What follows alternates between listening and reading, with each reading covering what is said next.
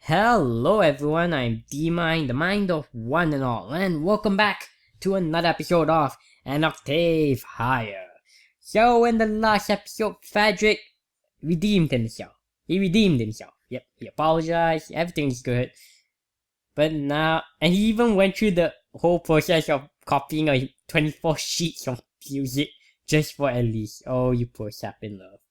But now he's going to a pros area and I can pretty much see where this is going. He's gonna get in trouble with Libertad.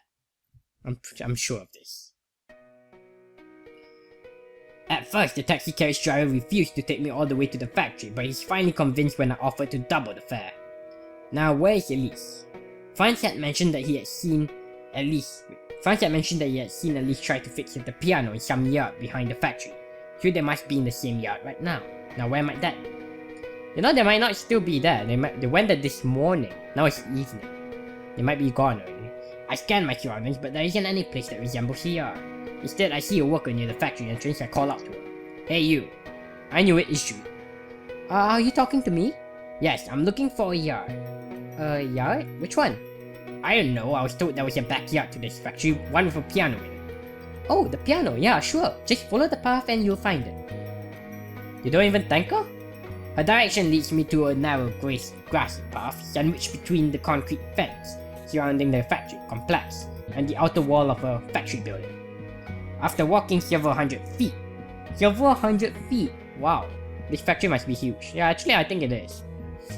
An open area is visible at the end of the path. As I draw closer to the opening, I can feel a concentration of compassion magic emanating from it. Amplify, transform, compassion. The compassion magic paints my vision with vast whiteness. And then I hear it. A piano sound. Let me guess. Elise's compassion magic only works when she's passionate about something. So like, the piano, which she really cares for, like she's into music, so that's why it works there. But against a torn piece of paper, she just cannot. As soon as my vision returns a half second later, I rush to where the sound comes from. Frederic?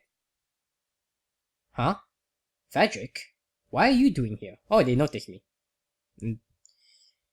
Elise is facing the piano, her downturned hands suspended a few inches above the keyboard. Franz is standing next to her. They blink at my unannounced presence. The piano, was it fixed? Ha ha ha. Not at all. Elise presses some keys, but no sounds come out.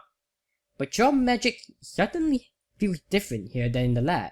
If we could get enough data for analysis, we might be able to figure out a way to make it work. Then let's continue, Franz. Sure. The piano is still broken, so why did I hear a piano sound? Wait, did I really hear it? No, that couldn't have been the sound. It was my imagination. I thought I had heard something, but now I know I didn't really hear anything. What a very strange feeling. Huh? But I'm not here to think about the piano. Elise. Yes? Here. I hand a copy of the score to Elise. What is this? It's the score of Odora di Spiritu Adolescente. Oh, yesterday's social music, right? She flips through the pages with a blank look on her face. Yes, didn't you say you wanted to play it on the piano? Yeah, I think playing this piece on the piano would be fun. Is this for me? Yes, of course, I made it for you. Well, thank you, Frederic.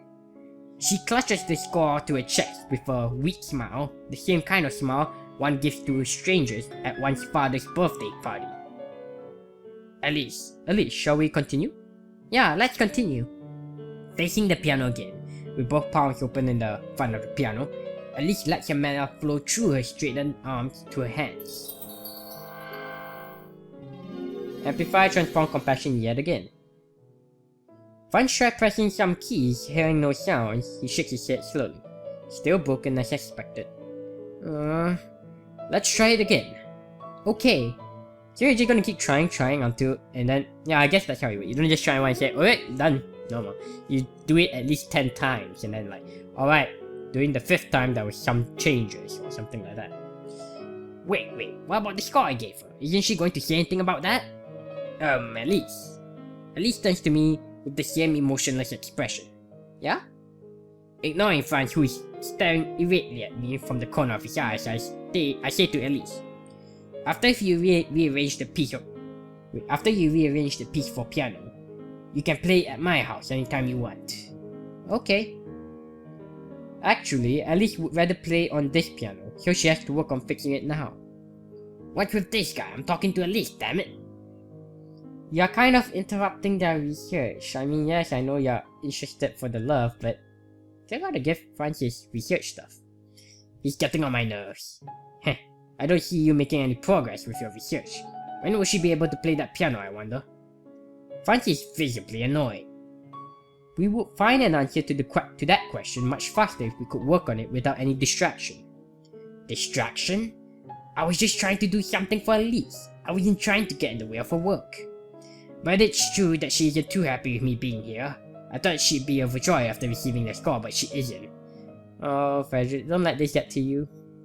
I feel foolish. Why did I come here? My fists are shaking. Ha! I just came to give her a way out of your stupid experiments so she would have to deal with that. That piece of trash piano that anyone with half a brain knows will never make a sound again. Oh, Frederic. You bastard. For a moment, there's only silence. I can see surprise on both Francis and Elise's faces. Elise scowls and looks away. What am I doing? I'm accepting Elise. Elise who I worked so hard to please. Then Franz explodes in anger. What? Didn't you convince Lord Godwin to fund my research because you wanted to support it? Right, I'm supposed to act as if I wanted to support his research, but it's really making my blood boil. I can't even talk to Elise without him interrupting everything. Oh boy.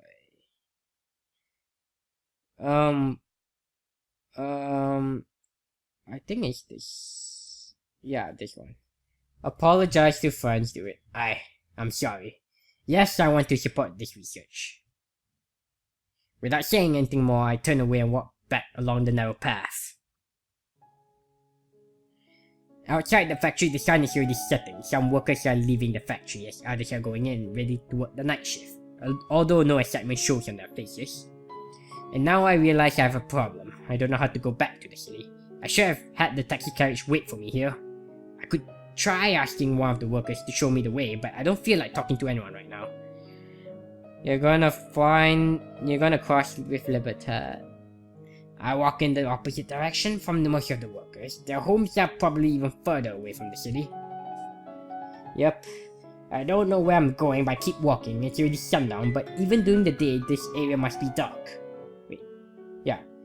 Because the street is narrow and the buildings are blocking the sunlight. Well, I can see the sky and it's already black. In fact, it looks like it's raining. My steps are heavy. The combination of lack of sleep, frustration, and disappointment has drained me. In fact, I think it is raining. This is the typical sad movie. You were working so hard to please her, then later you got turned down. Then now you're just walking in the rain, in some slum. Poor Frederic. Elise. I came to the factory today to give Elise a score because I thought it would make her happy. Because I thought I'd be able to see her smile. Yet it did no such thing. Somehow I managed to upset her yet again. Why would she care? Having the score doesn't mean anything to her because she doesn't have a piano to play the piece. She obviously wouldn't want to play the piano at my place given what happened last time. What a fool, she still hasn't forgiven me. Even if she said she did, those are just words. In her heart, she doesn't feel forgiveness. And after hearing me say that the piano would never make a sound, she must hate me even more. How could this happen? Not only was I not able to see Elise smile, I managed to upset her again. How pathetic. That's you are. No wonder Elise hates me. She should hate me. I guess I'll never see her again. I should stop bothering her. I should stop making her feel uncomfortable. I should just disappear from her life. Oh, Frederic, you're going down the evil path? Poor Frederic. I kinda have a feeling your character was like this, exactly. The misunderstood bastard. You're still a bastard, but you try. That would be the best gift I could give her. This is the closest thing to happiness that I could offer her. If I'm being honest with myself, that is the only way I could manage to make Elise happy. And I want Elise to be happy. What was it that made me think I could do anything for Elise anyway? What a silly thought. All the money in the world, the best education money can buy, and it takes me this long to see something so obvious. Elise is doing just fine without. She doesn't need anything from a man whose only skill is smashing crystal balls or orchestral accompaniment. She doesn't need me. Of course she doesn't need me. Dude, are you alright? I stopped when I noticed a man staring at my face. His clothes looked as if a pig had been wearing it while rolling in mud. He reeks of dog shit. He's taller than me, but he looks half-starved. You were walking like a zombie, man. Are you ill? Get away from me, you filthy beggar. Oh, Frederic. Hey, no need to be so hostile. No need to be hostile. I'll just worry about you, man. Whatever, fuck off. Wow. Frederic, are you picking a fight? Do you think you can get away with that kind of attitude just cause you're a bourgeois? No, I can get away with it because I am me. Not so fast, young man. I need to teach you some respect. The other pros around us are watching and inquiring. Some of them walk quickly away. Why are you going to hit me? Or what, are you going to hit me or something? Go ahead, try. Hey, don't push me, kid. I'll do it. Do it, I'm telling you to. Go ahead. Your call, buddy. The man pulls his fist back and swings it at my head. However, before it gets close, I unleash the mana that I suddenly amass in my hands. Amplify willpower. In this unbalanced position, the man is quickly pulled down by amplified gravity force, hitting the dirt hard. Ouch! The man grunts while lying on his stomach. Even after the gravity is back to normal, he's still on the ground. What was he thinking trying to fight without magic? I step over his... Wow, you step over his body. And continue walking. All the other pools move away from me, so some of them go inside their houses. The Libertad are coming. But there's two familiar men who keep standing without moving an inch, even as I draw near them. Then... It's you again. This time you're really looking for trouble. Get lost, I'm not in the mood. Neither am I. The Libertad then speaks to his friend. Hey, let's do something about this arrogant little prick. I don't know who is Libertad 1. I know this guy's voice. Is he Libertad 1? I mean, is the guy on the right Libertad 1 or the guy on the left Libertad 1? I know the guy on the left is voice, but...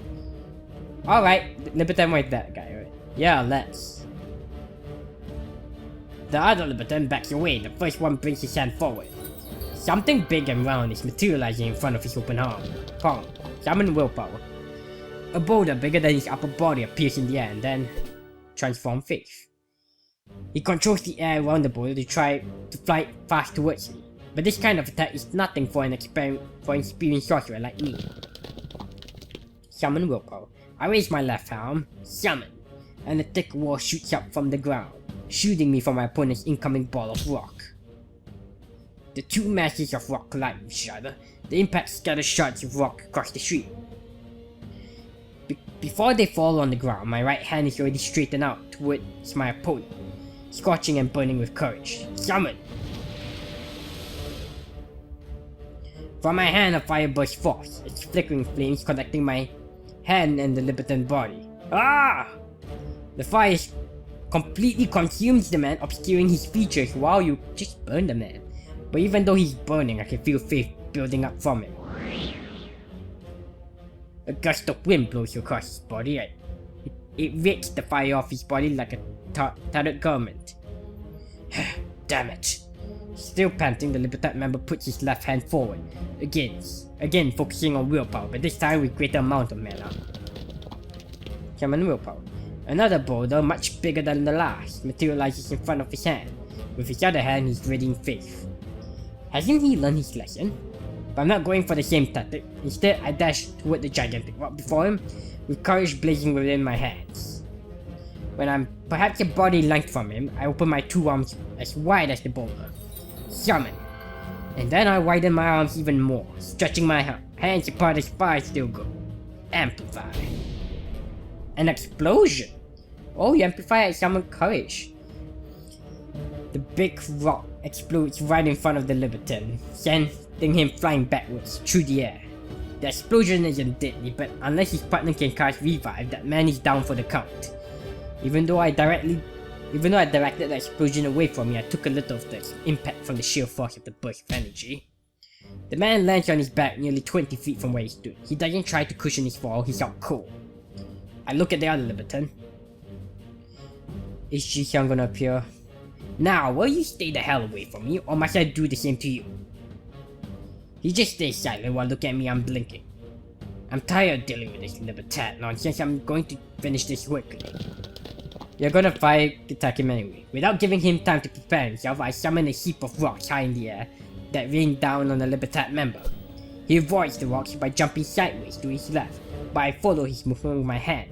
A new clump of rock appear in the air according to my hand's new position, and continue to rain down fiercely on him. He keeps dodging, but he's nearing a wall, so he will have nowhere to go. All of a sudden, I feel the aura of his faith. He casts wind that blows on my rocks, sending them flying back at me. I quickly try to erect a rock wall to shield me, but his wind is too fierce. Before I can cast any spell, the speeding rocks have plowed me into his like a stampede of wild horses. Wow. Argh! I fly backwards through the air, my body is shaking with pain. I try to roll myself sideways in midair to lessen the impact of hitting the street. But there is no impact.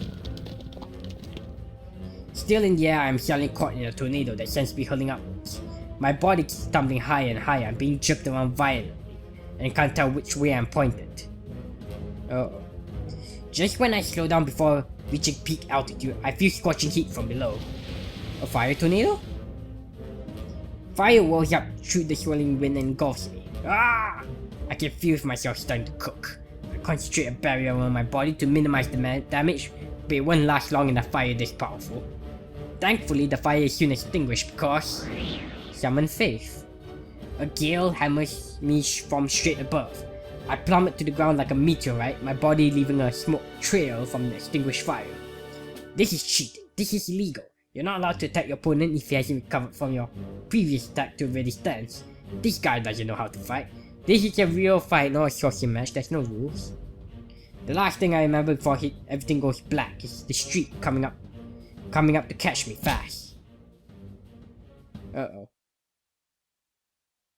We're no longer Frederic. Frederic. The misunderstood hero. Wednesday, 31st Stellis AM, 3:13. Reference. Thoughts. Morning cuts my sleep short yet again. I tried to yawn myself awake, but to no avail. Between me and a productive day are my jealous and enticingly warm blankets. No matter how much I tried to get up, they convinced me to stay down. Yesterday was eventful. Why did Frederic say that the piano wasn't going to make another sound? Wasn't he the one who was interested in my research from the beginning? If he isn't, that means he has other reasons for supporting this project. I think I have an idea of what those reasons are, which brings me to the bigger problem.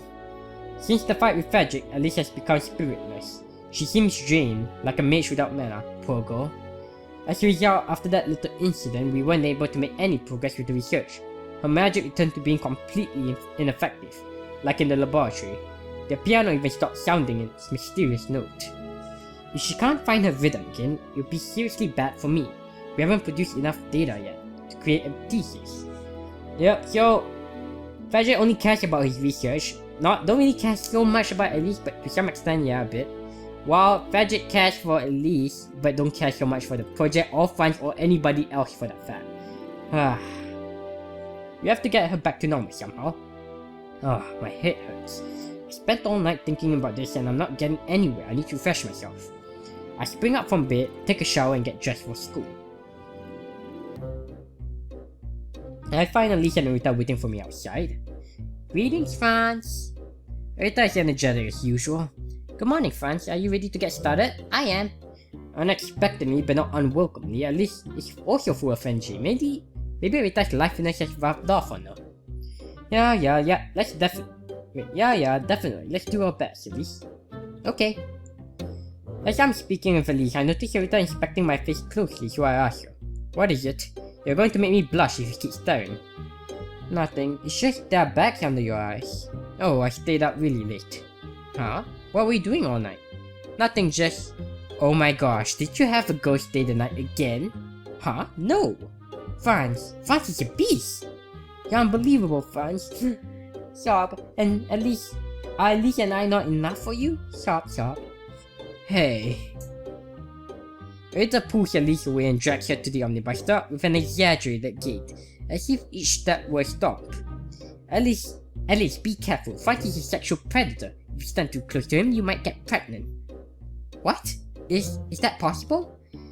Elise's eyes are wide, more open, more in awe than horror. Yes. That's a frightening magic spell. There are no spells like that. I hope Rita hasn't been putting all sorts of weird thoughts into Elise's head. I spent half the morning commute explaining to Elise that there are in fact no magic spells that could make a girl pregnant. Oh, so that's how it is. I thought it was something you learned in magical science. Which part of it sounded like science to you? But it's magical science. You're supposed to know spells that ordinary magicians don't. No, magical science is not about learning spells. It's not? Then why do you go to a magic school? How do I explain this? Elise is hardly the only person to have this misconception about magical science. Many students go into magical science hoping to learn how to cast high-level magic spells, or to learn secret techniques to make their magic stronger. But really, magical science is mostly math and theory. Vocational schools are better for students who are only interested in using magic. Magical science is about spellcasting as much as archaeology is about digging. Elise, you are misunderstanding something. Finally Rita comes to my rescue. She's not going to. She's usually better at explaining things to people without scientific or engineering background. Fran's ability to make a girl pregnant with the sheer power of mind is not a magic spell, it's a superpower. Yep. Franz, is this a power you have to try to use, or does it happen accidentally? I spend the rest of the morning commute explaining to Elise that I don't, in fact, possess a superpower of any kind. Oh boy. Franz? Yes? Can you help me with something? What is it? I assembled a magic machine prototype in one of the empty rooms in the East building, I said. Now I have to move it to my classroom. The prototype is pretty big, so I need someone who can cast levitation. The levitation spell, like all other spells that controls air, is based on faith, so basically she needs someone who is gifted in faith. I don't mind helping Rita, but after what happened yesterday at the factory, I was hoping to start work with Elise as soon as possible. Well, I can find somebody else to help me if you don't have the time. Are you gonna give me the choice? That's safe. Work on expanding with Elise, help Rita. Fine, I can help you. Marvelous, darling. Elise, will you wait for me at the laboratory? Professor Pooh should already be there. Okay. See you later, Elise. See you later, Rita. Lead the way, your leadership. Oh yeah, I think Franz pretty much got the idea of why Frederic might want to be interested, why Frederic is interested in the project. He realizes that he's only interested for Elise, I think. Right, this way, Sir Franz. I follow Rita out of the main conservatoire building and into the East building. At this time, there aren't many people in the East building because most students are having their classes, and the classrooms are all in the North building. We stop in front of a door, then Rita produces a key, unlocks the door and opens it. The room is small and mostly empty, probably used to be a club room for a now defunct club. There is a small desk and an empty storage rack, and at the center of the room a familiar looking magic machine. The machine looks like an omnibus. In fact, it is exactly like an omnibus, but it's only about the size of a typical desk. It would be a perfect vehicle for transporting a dozen kittens if one could find a little driver kitten to operate the thing. What is this? It's exactly what it looks like. A micro minibus? It's an omnibus model. Our advanced magic machinery teacher told us to build an improved version of omnibus as a group assignment, but we obviously wouldn't build a real omnibus in a conservatoire, so we are making a miniature model. So this thing can actually fly? Not yet, but it'll fly before the end of the semester. And because it doesn't fly yet, I need your help to carry it to the classroom. I see. I bring my hand near the omnibus model and focus on my faith. Transform faith. I cast a levitation spell and the omnibus is lifted a few inches off the floor. I raise my hand slowly and it floats even higher. Then I direct it out of the room. Rita and I walk behind the slow moving itty bitty omnibus. Outside the building, People watch in amusement. I can imagine how seeing a small omnibus flying across the conservatoire courtyard can be quite a sight.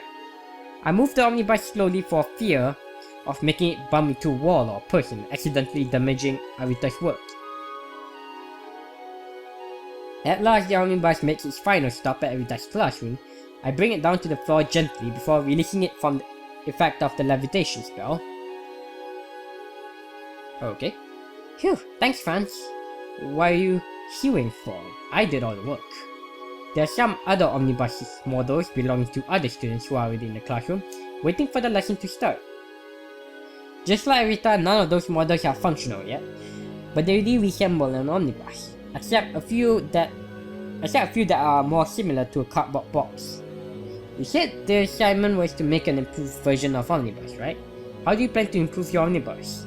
I don't know yet, but I'm thinking of adding a mechanical system consisting of a set of levers. These levers will be placed inside the omnibus and passengers will be able to pull them.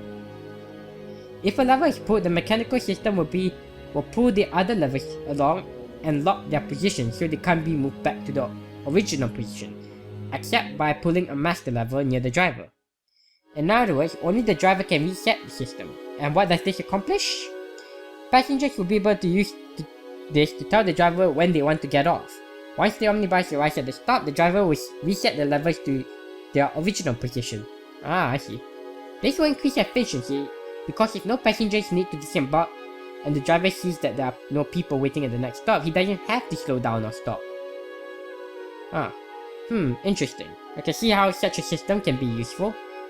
It will save time and mana. But wait, that's not a magic system, that's just an ordinary mechanical system. Yeah, so? Aren't you a magical engineer? You're supposed to build magic machines. Well, I don't know about supposed to. In this case, my objective is simpler to implement as a mechanical system. But magical engineering is about building and working with magic machines, right? That's what magical engineers do. I guess you could say that, but that's not really true. Magical engineering may be about magic systems and magic machines and stuff, but ultimately magical engineering is just a name. We're engineers and engineering is problem solving. Engineers are supposed to be problem solvers. Engineering is not about using advanced technology or making something high tech. It's about identifying a problem and devising a solution. And if the best solution is cheap, simple, easy to make, and easy to use, we go with that rather than a high-tech or magical solution. Problem solving. Yep, that's what we engineers do. I guess magical science isn't the only academic discipline that is often misunderstood. I never thought about it that way. I guess that's one of the differences between science and engineering.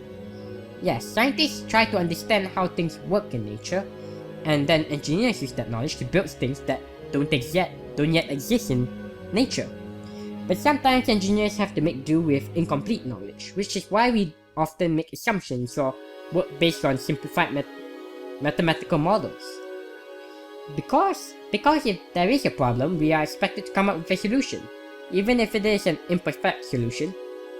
Due to how carefree her personality is, sometimes I forget that Rita is sort of a genius.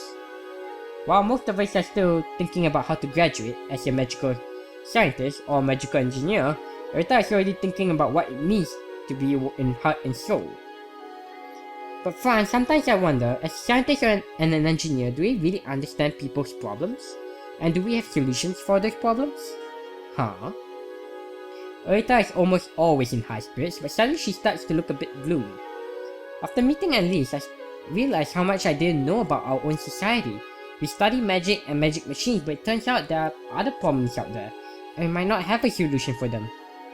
I never knew Rita thought about politics and society. Yeah, but they're not our problems, Rita.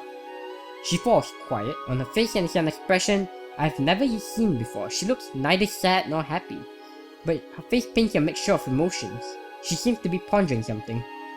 Not long afterwards, she replies in a light but vibrant voice, "Yeah, maybe you're right."